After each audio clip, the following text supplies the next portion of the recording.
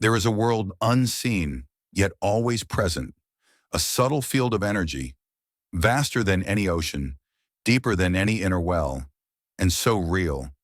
It doesn't need your belief to exist. It simply is. It moves, it breathes.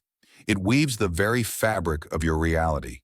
Not with hands, but with thoughts, frequencies, beliefs, and imagination. Have you ever imagined something and then it happened? A meeting, an opportunity, a moment of such strange coincidence. Your heart stopped for just a beat. That wasn't luck. It wasn't magic. It was you. It was your energy shaping matter. Nikola Tesla once said, if you want to find the secrets of the universe, think in terms of energy, frequency, and vibration. Not chaotic emotion, not scattered thoughts, but the frequency you're sending out, every second, every breath, every moment. You are not just a body, you are a field of vibration, a living transmitter broadcasting into a responsive universe. And this universe doesn't just hear you, it answers you. This is the truth ancient civilizations once knew, but we have forgotten, in a world that worships logic, but starves the soul. That is why imagination is not foolish fantasy. It is the language of creation. You are building your world every time you think, every time you feel, every time you see with your inner eye. Neville Goddard said, live in the feeling of the wish fulfilled. What does that mean? It means don't wait to see it. Feel it as if it's already real. And when you do, the universe has no choice but to shift to match your frequency. This is not superstition. This is quantum physics. This is observation-altering outcome. This is energy-shaping form. When your mind vibrates at a higher frequency, things, people, and events begin to resonate with you. Imagination is not an escape from reality. Imagination designs reality. It is the brush in the hand of an artist, painting a life, not by fate, but by choice. You were not sent here to survive. You came here to create. You are not a product of the world outside. You are the source projecting it. Everything you need, you already carry within you. You've just forgotten how to activate it. And that activation begins with believing you are powerful enough to imagine, deep enough to feel, and bold enough to act as if what you desire is already real. And that is when the universe begins to move. When you begin to imagine consciously, not to escape, but to awaken, you step into a state of pure creation. Not a haze of hopeful daydreams, but a focused channeling of energy, like a quantum architect. This is not theory. This is the profound functioning of existence itself. Greg Braden pointed out that the human heart, not the brain, is the source of the strongest electromagnetic signal. And when the heart and mind align, you become a focal point of energy, capable of influencing the very physics around you. This is why someone with unwavering belief can walk through adversity, while another crumbles under the same circumstances. It's not the circumstances that differ. It's the internal frequency. We don't react to the world. We resonate with it. And what you imagine is not just in your head. It vibrates, it broadcasts, and the universe perfectly, frighteningly, listens to every pulse you send out. Deepak Chopra calls this the field of infinite possibilities, an ocean of energy where every possibility exists, waiting to be chosen. Every time you imagine, you are selecting from millions of potentials what you allow to become real. So what are you choosing today? Are you broadcasting the frequency of doubt or of certainty? Are you imagining what makes your heart tighten in fear or expand in trust? Your mind is a weapon, but also a tool for healing, a prison, or the door to infinity. The world does not bind you. It's the story you silently tell yourself. Eckhart Tolle once said, "You are not your thoughts. You are the awareness behind your thoughts." And when you become aware, you begin to master. When you see yourself as a being of vibration, you stop asking, "What can I do?" and start asking, What am I broadcasting? Imagination is no longer a tool for children. It is the ancient technology of the soul. When an Indian sage, Sadhguru, speaks of creating a conscious life, he is not talking about luck or rigid control. He speaks of understanding vibration, that within you is a microcosm of the universe, and every image you hold, every emotion you nurture, is a whisper to the energy field that remembers you. You don't need to shout to be heard. You only need to be consistent. Frequency does not lie, and the universe is not biased. It simply reflects. Spiritual awakening does not begin with visiting a temple or reading hundreds of books. It begins with a moment, a pause, where you realize you are the one creating the first wave. You are the one starting the chain of destiny. You are not being swept away. You are the one turning the wheel. The images you imagine, they are not out there. They are inside you. And from within, the real world is rewritten. Have you ever seen an ordinary person with no exceptional talents, no superior starting point, yet they achieve something that thousands of others, more capable, cannot? You wonder, how? The reason is not in IQ, not in luck, but in their inner state. They don't wait to believe. They believe before they see. They don't imagine like a whimsical dream, but like a bold affirmation. And because they vibrate as though it has already happened, reality begins to catch up with them. That is the most powerful paradox of creation. You don't need to see to believe. You need to believe to see, not by closing your eyes and hoping, but by walking as though the path already exists. Neville Goddard didn't say, "Wait for your wish to come true." He said, "Live in the state of the wish fulfilled. Dress as the person you believe yourself to be. Think like the one who already has what you desire, not acting, but syncing your frequency, not copying others, but returning to yourself in your highest form. And then every cell in you changes. The energy you emit shifts. How others see you, react to you, believe in you, also changes, because you have changed, and you don't need to say a word. Your presence is the declaration. You walk into a room, and everyone feels something different. Not because you're trying to impress, but because you don't need to try. You've lived as the one who already owns what they desire, and the world has no choice but to affirm that as true. Consistent imagination is action.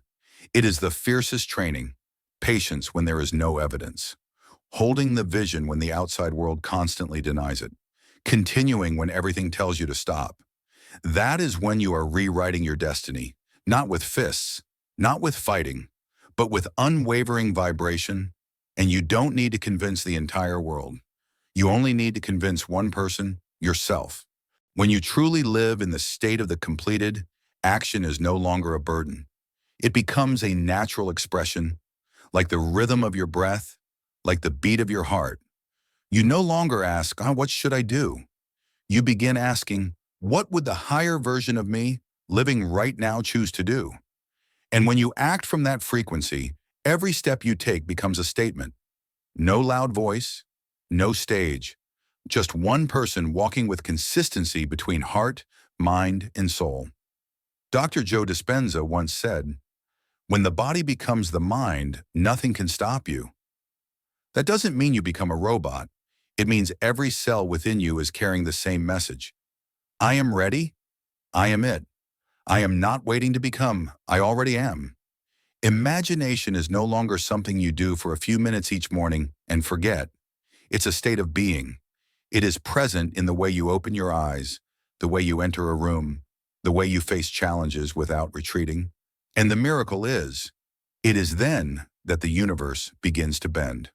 Random possibilities emerge, coincidental encounters, opportunities you couldn't calculate suddenly unfold.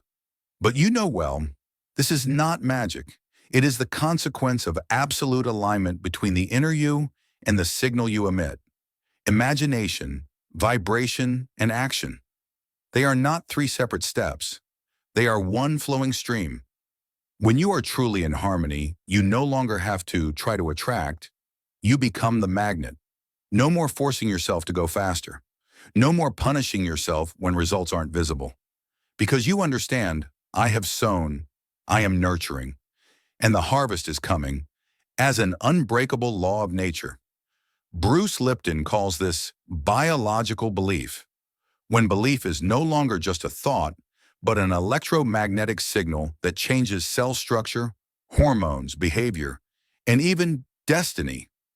You no longer act to prove, you act to express, not to achieve something, but to allow what has already existed within you to enter this world through you. Gratitude up is the background music of minds in sync with the universe. It's not after everything goes well that you give thanks. You give thanks first, as if you've already received the miracle, even when your eyes haven't seen a thing. This is the secret emphasized by figures like Abraham Hicks, Dolores Cannon, and pioneering quantum physicists. The frequency of gratitude is the frequency of already having. No more longing, no more scarcity, no more hoping, but confirmation that what you've sent out has already been received. And when you give thanks for things not yet here, you're telling the universe, I trust. I don't control. I open my heart. The universe doesn't respond to your words. It responds to the frequency deep inside you. And there's no vibration clearer than sincere gratitude. Do you know what happens when you sustain gratitude as a state of being? You gradually stop being the one searching for the light. You become the one emitting the light. You walk with a different gaze. You see the smallest things as miracles. You wake up and feel life flowing through every fingertip. And in those moments, you connect with the ancient, eternal energy, where everything you dream of already exists, waiting for you to align your frequency and step in. David R. Hawkins calls gratitude the spiritual frequency lever. He points out that when you live at this frequency, you rise above the pull of fear, shame, anger, not because you reject them, but because you no longer resonate with them. And it's when you step into gratitude as a flow, not forced, not fake, that the seemingly immovable stones in your life begin to melt away. You don't need to shout. You don't need to beg. Just sit still in the trust of gratitude. Because when you fully feel something that already belongs to you, before there's any evidence, you're communicating in the language the universe understands best, the frequency of creation. The truth is, life isn't always easy. No matter how deeply you're connected to the universe, there will still be headwinds. But the difference is, you no longer let the winds decide the direction. You adjust the sails. You hold the rudder steady. You become the still center amidst the storm. Greg Braden once said, "Sacredness is not avoiding chaos, but knowing how to dance with it with an open heart." Steadfastness doesn't mean you never doubt, never waver. It means you know how to return. Return to the center. Return to your true vibration. Return to the inner wellspring that never runs dry. This is where adaptability becomes a spiritual power. When you don't resist change, but flow with it while maintaining your frequency, you become invincible. Not because you're the strongest, but because you're the most flexible. Just like water, it's soft, but it breaks the rock. It changes shape, but never loses its essence. It doesn't fight, but always finds a way. You are the same. When you learn to move without losing yourself, when you fall but keep your inner light alive, you're not just surviving, you're being reborn. True resilience isn't about forcing through. It's knowing when to release but never letting go of yourself. You begin to understand that challenges don't come to break you. They come to refine your higher frequency. Challenges don't come to push you off course. They come to ask, are you truly living in alignment with the image you're imagining? Or are you just talking about it? And if you make it through, if you keep that flame alive in the darkness, then it's in those moments that you unlock a completely new level of reality. Not because you prayed for it, but because you synchronized. Not because you forced yourself to believe, but because you became the living belief. Osho once said, when you break, that's when the light can enter. And the light only enters those souls who are brave enough to not be blinded by fear. Souls who know that collapse isn't the end, but the beginning of a new, higher, stronger, more harmonious structure. And this is when everything converges. No longer are there fragmented pieces. No longer are there words or theories. It is the total rise of a soul remembering who it truly is. You were never just a body. You are a concept formed from pure light. You don't merely exist within the material world. You are dreaming reality into form, second by second, heartbeat by heartbeat, from mind into space. Imagination is not an escape. It is the most powerful creative act of an awakened life. Because before anything happens in this world, it was once a faint image in someone's mind, a vision, an idea, a vibration sown into the universe. And that's what gave birth to reality. Tesla didn't just see lightning, he envisioned a world where humanity was no longer bound by distance. Goddard didn't just teach about the mind, he lived as though every thought was a sacred seed planted in the soul's foundation. You too. The image you nourish each day is the blueprint for the reality you're about to step into. You don't imagine to escape the present, you imagine to invite another future into that present moment. By sensing the vibration of what you're aiming toward, you make it more real than the moment you're standing in. The universe doesn't respond to your words. It responds to the vibration you carry. No pretenses, no disguises. Imagine boldly, without hesitation, without compromise, without seeking permission. You don't need anyone's approval to dream big, because your soul is living proof that the impossible is always the greatest invitation. And then one day, when you look back, you won't be able to pinpoint the exact moment everything shifted, but you will know that was the moment you stopped living in fear and started imagining with your whole soul. You will see. It's not the world that has changed. It's you who stepped into a different version of yourself, the version you once only dared to envision in the dark. So imagine as if it were a ritual. Imagine as though you're lighting a fire in the heart of the universe. Imagine as though life is listening, and when you do it with your whole heart, your whole soul, your most vibrant frequency within you, the universe is no longer a spectator, it becomes the co-author. Together with you, writing a new symphony of reality. Imagination is not daydreaming, it's how you redraw the universe with your own vibration. Now close your eye. Can you see it? Everything you need has always been within.